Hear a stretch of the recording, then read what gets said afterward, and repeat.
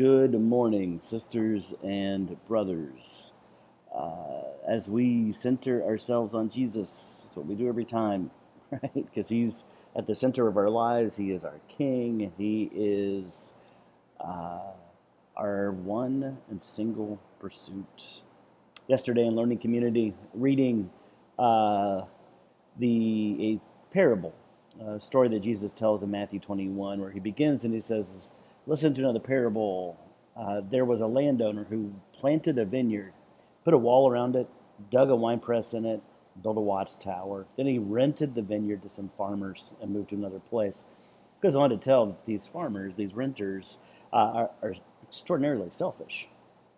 Uh, they they don't want to pay back what is owed, right? I mean, they're going to make their own wine, they're going to make their own grape juice, they're going to get theirs, but the owner, that's now far enough away that he's sending emissaries, servants, to collect. He's collecting his profit, right? He's collecting his fruit, and they refuse to give it to him. And what's sticking with me today, as Cody taught this yesterday, he said that first line about how the landowner plants a vineyard, puts a wall around it, dug a wine press, built a watchtower. He has arranged this vineyard for all that it needs to grow good fruit. Right?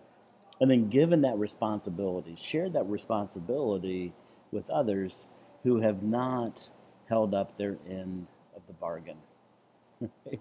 Who have not held up their bit of the responsibility. That sticks with me. What responsibilities, right? What we were given a world that God designed for us in which everything is right, right relationship with Him, each other, world around us, and ourselves. A world in which everybody everywhere could enjoy Him together for the good of the world, and yet we attempted a hostile takeover and broke it. So here's a passage for me that draws me deeper into the God who is reconciling us, putting us back together, but also calling us out into the role and the responsibility we have as His junior partners in the world. 2 Corinthians chapter 5. Therefore, if anyone is in King Jesus, right? Anyone who's entered into life with Him, we are in King Jesus. The new creation has come. The old is gone, the new is here. All this is from God who reconciled us to Himself through our King Jesus, who put us back together and our relationship with Him back together through King Jesus. And He gave us the ministry of reconciliation to administer that reconciliation in our lives and the lives of people around us.